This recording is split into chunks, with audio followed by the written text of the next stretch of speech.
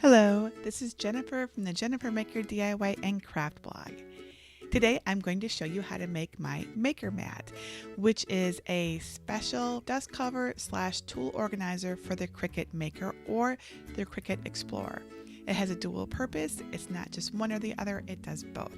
So let me show you how it works. So here it is as a dust cover, and you'll notice it's got pockets in the front for you to store your tools and your notions and any other little things you've got.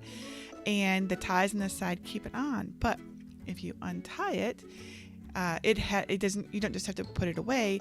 You can actually just slip it under the machine and your tools stay right there ready for you to use. I designed it so the tools won't get in the way of the Cricut opening and closing either. So to get the file, go to my blog at jennifermaker.com. This is where you'll find the full tutorial as well as the free pattern, available both as SVG files and a PDF. You click on libraries and you'll want to go to my free resource library. If you don't have the password to it, you can just type your email address in here to subscribe to my weekly newsletter, and I will send you the password for free. And this gives you access to all of my patterns and all of my free SVGs. And it's an awesome resource. So this is where you're going to want to find it, and you'll download it right from here. Once you've downloaded it to your computer, you'll want to go to Cricut Design Space and click Upload. Click on Upload Image and then click Browse and find the SVG file in the directory that you downloaded. Click Choose and then click Save, and it gets saved to your uploaded images. From there, you'll want to choose it and then click Insert Images, and then the pattern gets saved to your canvas. So here it is. Let's make it a little smaller so we can see the full thing. Now to use this, prepare this for cutting, you're going to want to select each of these lines and change them to washable fabric pen. There's 2 of them in this file, and they both get changed to washable pen. And then you're also going to want to ungroup everything, and then you're going to select these 2 layers right here, and you're going to attach them so they stay together when cutting. Same for this one, ungroup that one, and then you're going to want to choose this layer and the layer above, which is the pen layer, and attach those. And if you want, you can also move things over to the side so you can see all of your layers, and you can bring the heart to the front if you'd like. And at this point, I like to save it and give it an appropriate name like Maker Mat by Jennifer Maker, so that I have this project in the cloud so that I can access it wherever I am, because we're actually going to be doing this on the Cricut Maker, which is in my basement. But once you've got it ready, click Make It, and it'll bring up all of the mats that you need. You'll see that we're going to be using the larger fabric mat for these, 12 by 24 inches, and it'll cut out everything for you. You won't have to cut any of the pieces by hand except to make a piece of fabric to fit on the mat. The gold layer is vinyl, but it also could be felt or whatever material you chose. I actually did mine in adhesive vinyl, not even iron-on vinyl. And once you're ready, you're going to click that Make It button, and you're going to want to choose the Cricut Maker from the menu. My Cricut Maker is not close enough right now for me to see on Bluetooth, but once you've selected it, you're going to want to click View All to choose your material. So if you're going to cut your fabric first, type in cotton, and cotton will show up, and you'll want to use that as your first cutting material. Just make sure that when you do your gold layer, you pick the proper material for it based on what you've decided to use.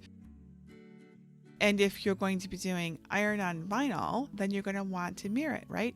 So to mirror it, you're going to want to click the little edit link here and toggle the mirror option on. Now I'm not doing that. I'm not mirroring mine because mine's not iron-on vinyl. I'm using just regular adhesive vinyl because I wasn't sure if I wanted to keep this gold maker heart here or not, so it's sort of temporary for now. So now let me show you how you actually cut the fabric on your Cricut Maker. So this is the fabric I'll be cutting today. So I've got my blue with the hearts, my interfacing, which is fusible on one side only, and my white cotton fabric. Everything will be done on the same cotton setting. And then I'll be using the 12 by 24 inch mat for the fabric. And then also, since I am doing the gold the gold vinyl, I'll be using the blue mat that came with my Cricut Maker and some gold adhesive vinyl.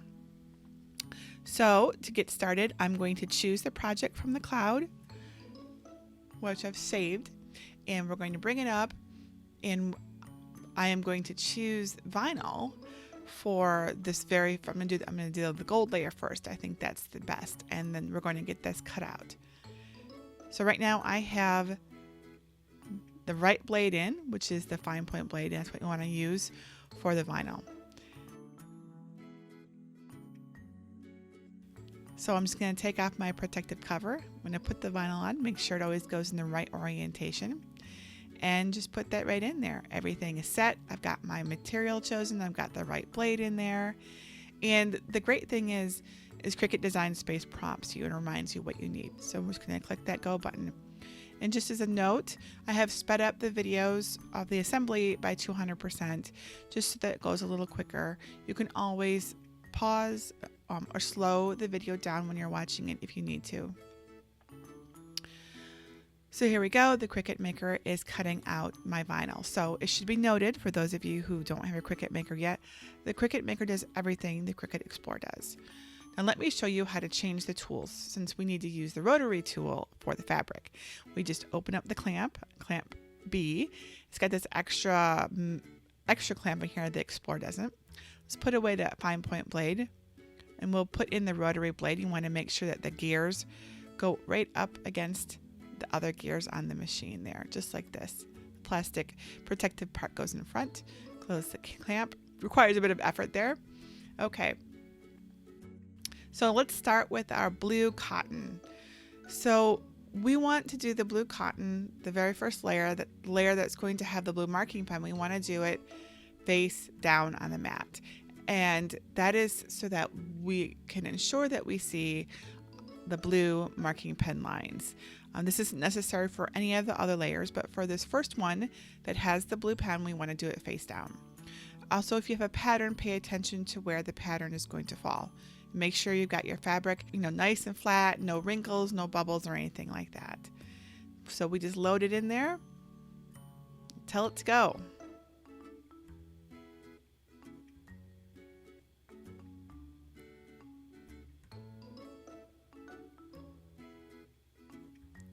And it starts with the pen, just like it does if we're using the pen otherwise.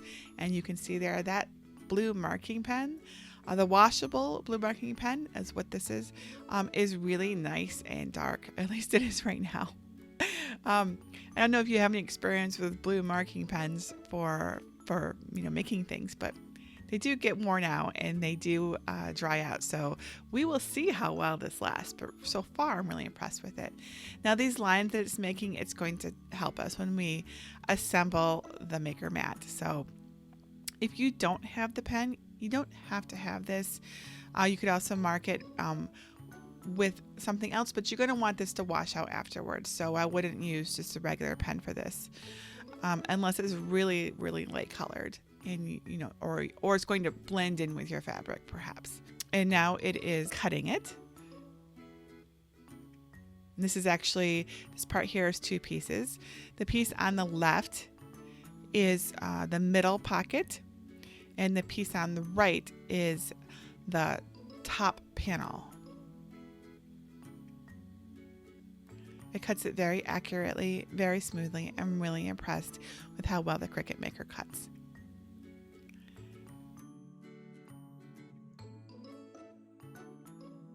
And then we just take it right off.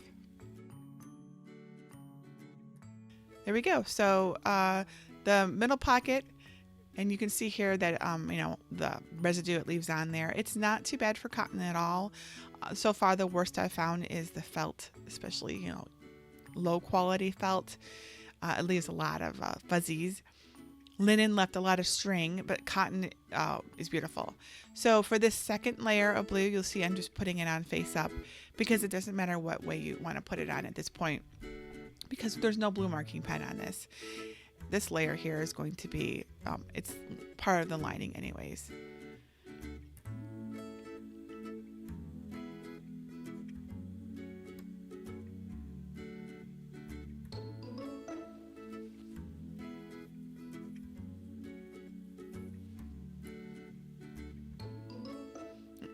If it needs the pen, it prompts you for it. We're not using the pen for this layer though, so it's pretty easy. Like this one big rectangle. The cool thing though about using a pattern like this with the Cricut Maker is you don't really have to worry about what size things are, assuming you trust the person who made the pattern, and hopefully you trust me because it definitely worked. The cool thing is that it cuts it to the size you need, and then you just follow the directions to put it together. I really rather like that because I'm definitely in the past, I mean, cutting out material is probably like the worst thing about making a project. I procrastinate it and don't like it, and it gets in the way of having fun. And so it's really exciting to have the Cricut Maker do this part for me. All right, so let's do the interfacing. This is an important point. When you cut out your material to put it on your mat, be absolutely sure you're putting enough material on the mat. Especially if you are used to sewing, you're used to cutting out just the size that you need to go bigger than that when you're using the Cricut Maker. If you can, just cut out the full 12 by 12 or 12 by 24 piece of material, depending on what size mat you're using and what your project calls for, and then you'll know you have enough. Because as I was learning how to use the Cricut Maker, several times I did not have enough fabric on my mat. And I've had to sort of change the way I think about how to cut things out. So just be careful of that.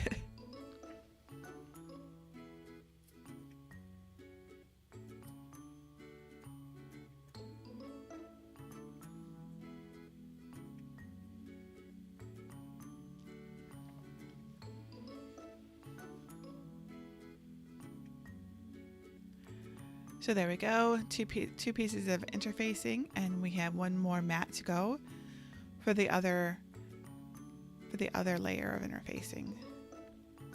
There's two more.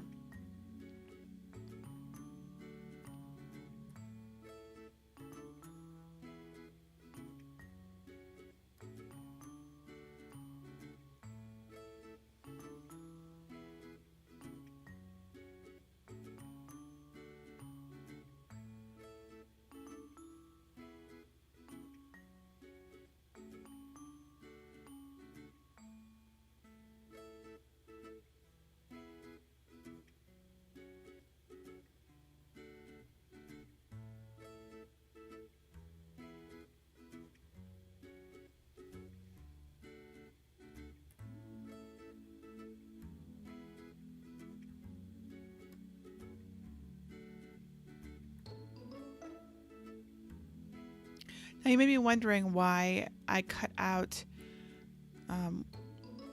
part of this into two sections, which you'll see later. So that one set of interfacing is cut in half, and that is so that it folds neatly when you have it on the table and have the tools hanging off the edge. And as it happens, it allows us to cut out the interfacing in two mats instead of three, so it worked out really well. Now I'm not going to show you how to cut the other cotton because really it's the same idea as I did the blue. But once you've got everything cut out, you're going to want to lay out everything because it's time to fuse the interfacing to the cotton. So here are our 4 pieces of interfacing, and we're going to be fusing that to the top panel, which is this the blue section with the lines, and these 2 thinner pieces go onto the blue cotton, just as I'm showing here. You don't want these 2 pieces of interfacing to overlap or anything. It's important that they just barely meet, or even there's a tiny little bit of space in between them. And then the other 2 pieces of interfacing go on the other 2 pieces of white fabric. One goes on the front panel and one goes on the back. There is a difference in size. The front panel is shorter than the back panel, and you'll see that as you place everything on here. You can match them all up.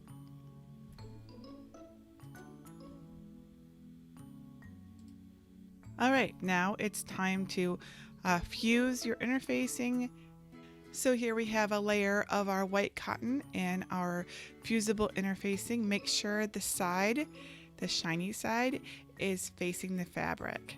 And then over this, you're going to want to put your press cloth, which is just a piece of white cotton. And in my case, you want to steam it, and you read the directions for what your interfacing calls for. Mine said to use steam. It said to use a damp pressing cloth for 8 to 10 seconds. I really could use a Cricut Easy Press here. My iron is ancient, and in fact I just replaced it today with another inexpensive iron, but this would be a great project to use the Cricut Easy Press on with an appropriate mat. And I believe that the mats right now are not being sold until December, but one of the things that they recommended that you could use instead of an ironing board is terry cloth towel that's been folded several times. Anyway, so you want to check and make sure that that fused properly. If it didn't, put your pressing cloth back down again and iron again. Make sure you've got lots of steam and your iron setting is set to the appropriate setting, and you're leaving it, you're pressing down for the right amount of time. Okay, and so when you do the blue piece, you're going to want to make sure you've got the space in between them and the fusible side is down. Put your pressing cloth down on it again. Get that pressing cloth damp. Just double check that you've got the fusible side down, and follow the directions to fuse it. So you may be wondering why I use fusible interfacing, and that is so that it can essentially float on your fabric but stay right where it needs to be. We don't want to actually be sewing this into the seams or anything, and that's because of the way I've designed my maker mat. I want it to be crisp and clean and no caffeine. Anyways, so that's what you want. So now once you've got all 4 pieces of your interfacing fused to your front panel, back panel, and top panel, it's time to sew them together. So you're going to put right sides together. So that means the interfacing is on the outside. You're going to want to use your sewing machine. There is a 1/2 inch seam allowance built in to all of the pieces that you're sewing together. Just match up the sides.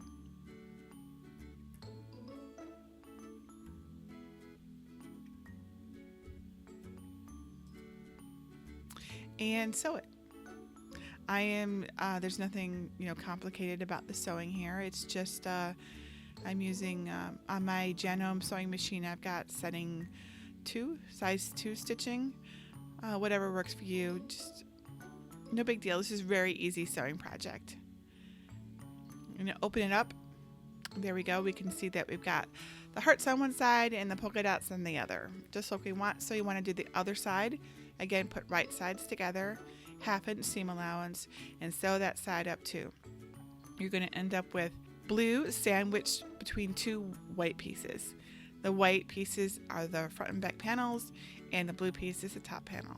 Of course, you might have totally different colors and fabrics. So, all right, so here we go. We put it right on top, and we can see that it fits perfectly.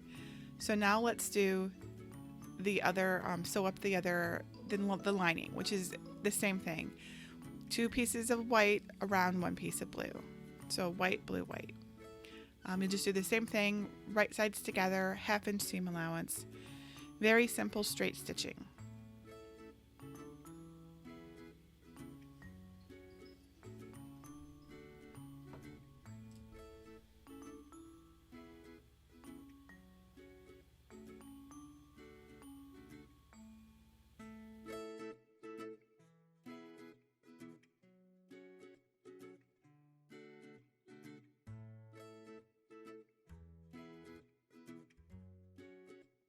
And then sew up the other side too. The closer you can get to keeping to that 1/2 inch seam allowance means that your maker mat is more exact, but it's not a really big deal either. Get as close as you can.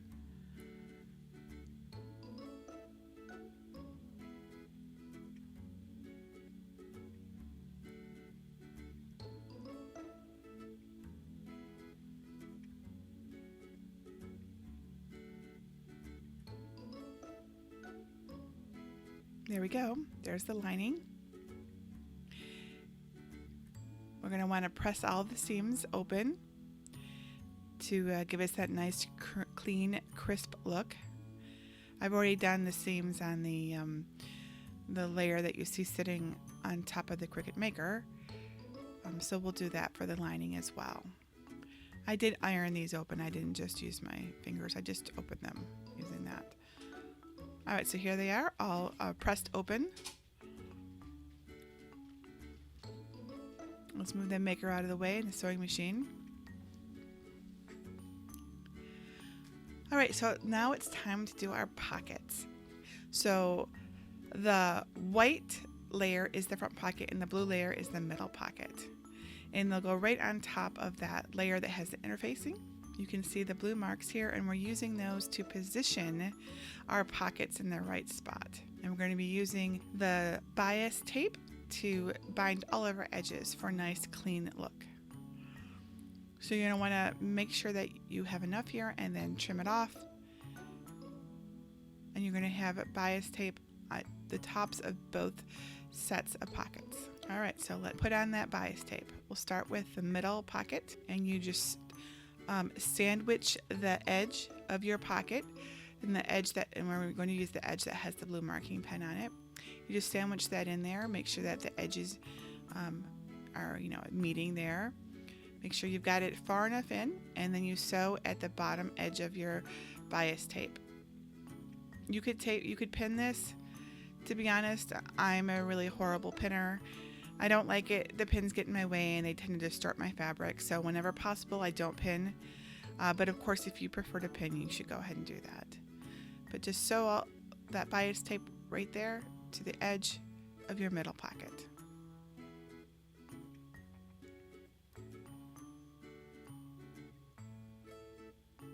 And there we go.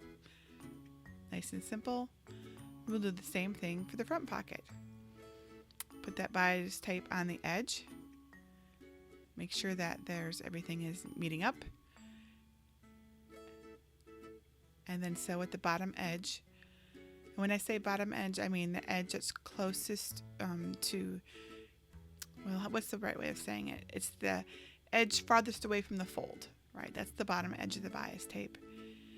Because we're trying to make sure we get that fabric in there and it's firmly attached. If you do it in the middle, you might miss it, and then you'll have weird bits that aren't sewn down. Now let's make the pockets. So you want to line up the pockets, make sure that all of your pen marks line up together, and this time we'll pin because we want everything to stay in place. So I like to pin right here on top of these blue lines because we're not going to be sewing them for this first layer, for this first time through.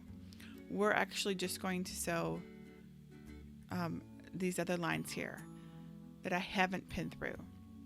So basically it's the 3 tool slots on either end of our pockets assembly that gets sewn right now. So you're sewing through both layers. Make sure that you go backwards. I like to go backwards over the full width of the bias tape when I get to the end there, to make sure that it stays in place and looks neat too. Then we have a good consistency. Every second, basically the thread and the seam ends in the same spot each time.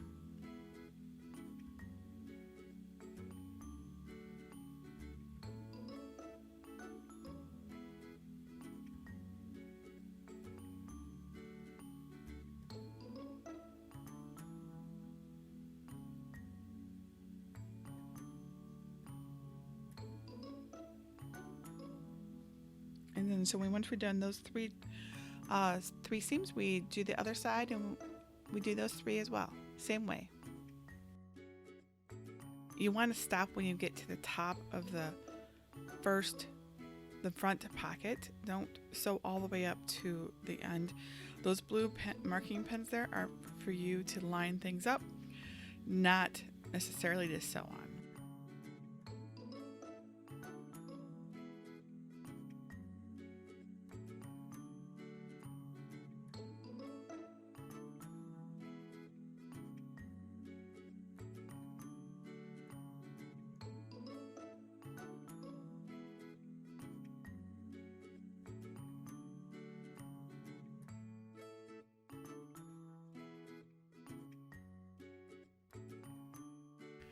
Alright, so there is the front and middle pocket all sewn together. Trim off all the loose thread bits. You don't need those and they'll just get in your way.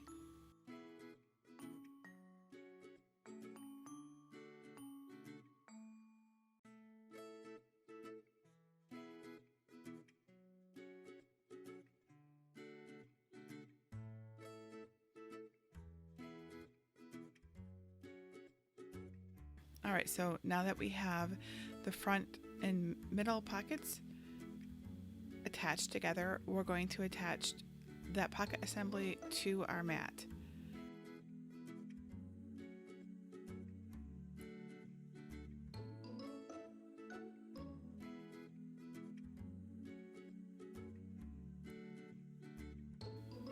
So pin everything.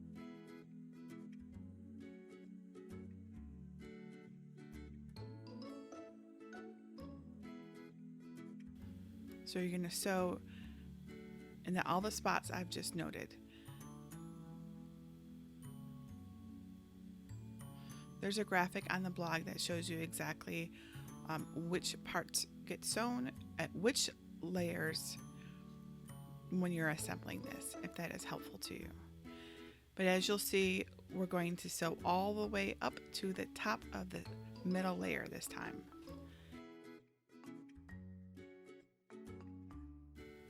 And what this does is this section over here will have the 3 tool pockets and then behind that a larger pocket. So by doing it this way, we're saving ourselves a little extra work. Instead of doing it, doing that and then doing it again when we put it on the mat, we're doing it right now all together.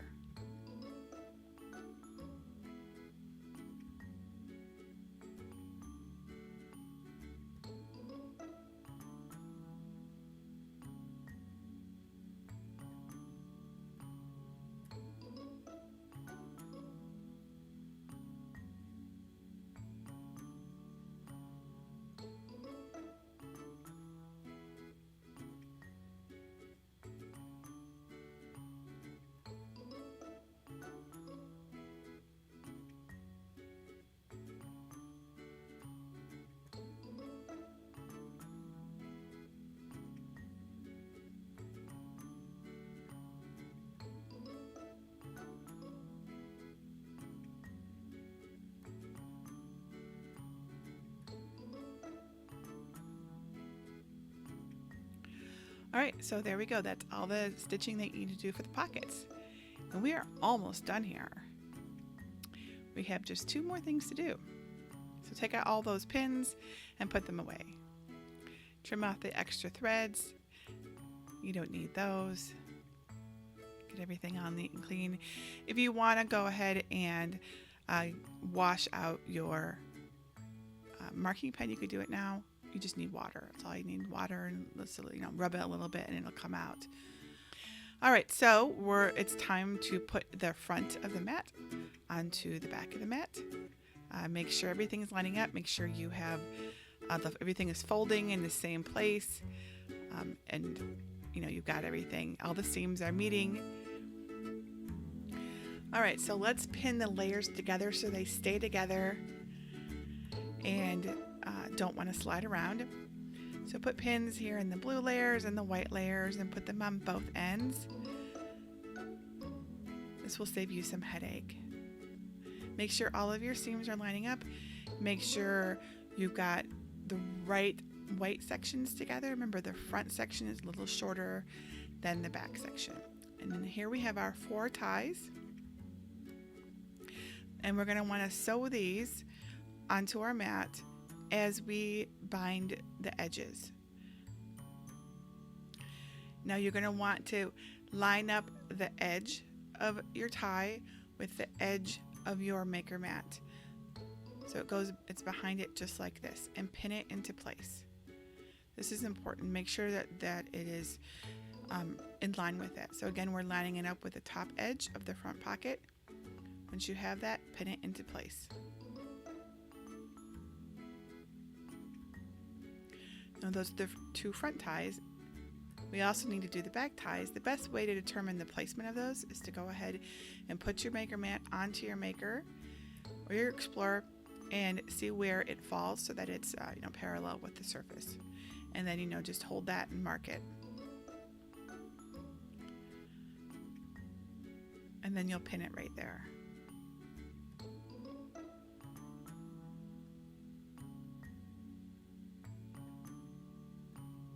It was about 2.5 inches down. And you're going to pin that on and make sure you're pinning it in the right orientation so that the edges are meeting. Because now we're going to bind the edge with our bias tape.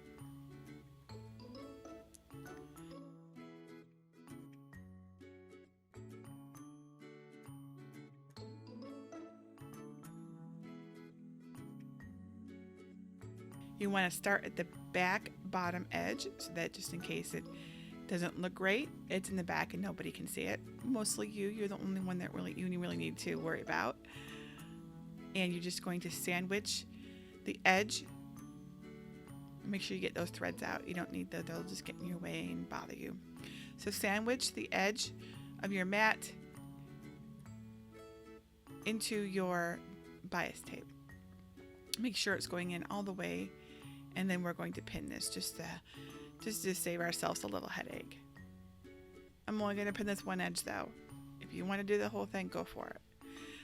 But I find the corners to be a little bit tricky, and binding it does not help me with this, so I don't bother going beyond this point. After this, I stop pinning.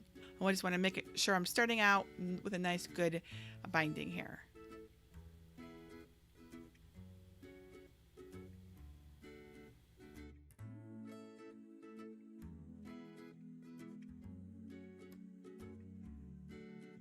Make sure that your tie is caught up in the binding. This is important. And then I'll show you how to do the corner when we get to it. Let's just go ahead and sew this up now. So again, you want to sew at the edge of the binding that's away from the fold on the bias tape to make sure that you're getting as much of the fabric in as possible. Now you don't want to be at the very edge because then it makes it tricky to sew up the other side of the bias tape. So approximately 1/8 of an inch from that edge is what seems to work best.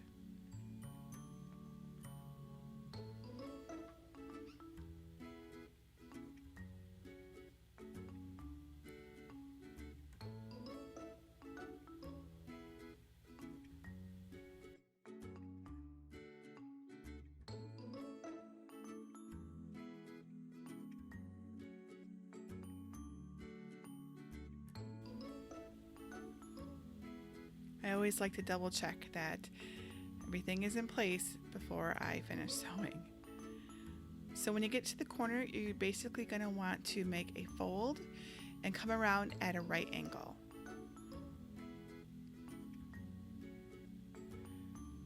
You could just do a curve if you wanted, but I like that straight edge, and it's just sort of mitered. So you just fold in, and then kind of like you're folding a present, and a little bit that sticks up, the flap, you just fold that down and sew right over it, and it forms a corner.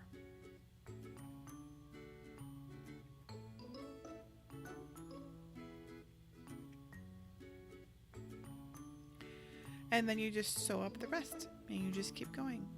Just go nice and slow. Make sure you've got as much of, you're getting all of your fabric into the bias tape.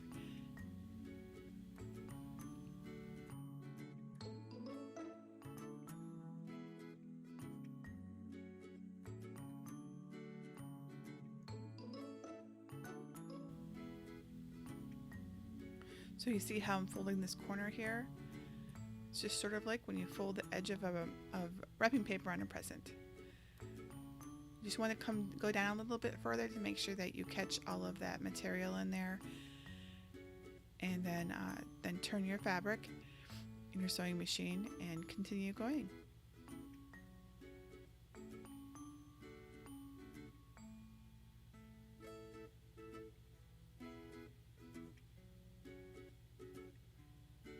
Make sure that your ties are inside the bias tape before you sew it.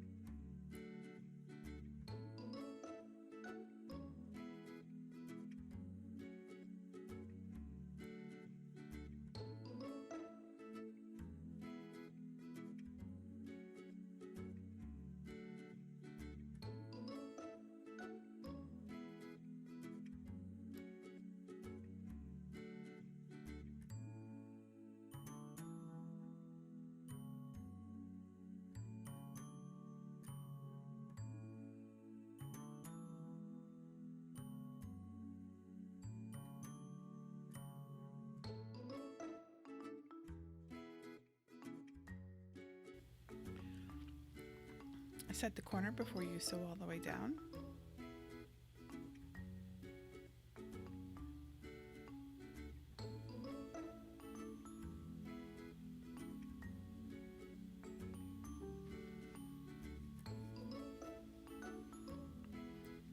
And then we have the last side to sew up.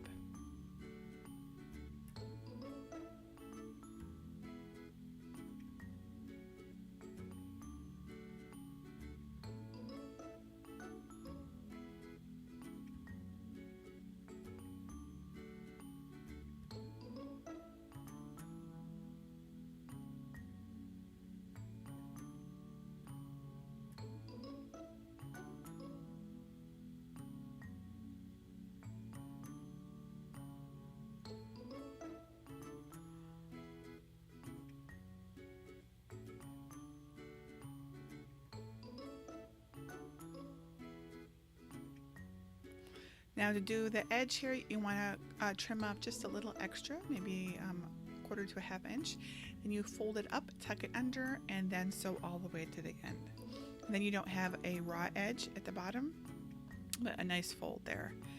And we are done. Let's take out our pins and put it on our Cricut Maker and see if it works.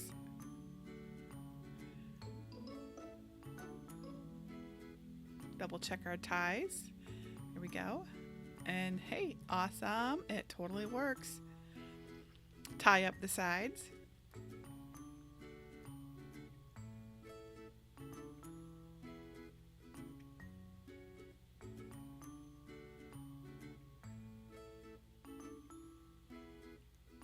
There we go.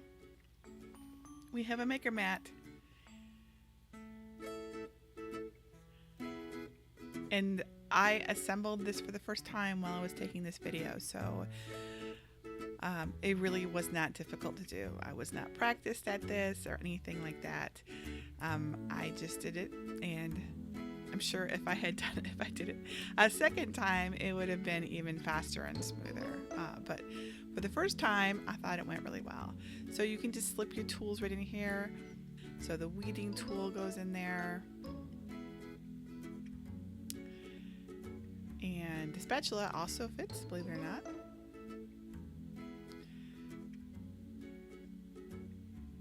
And the little scraper.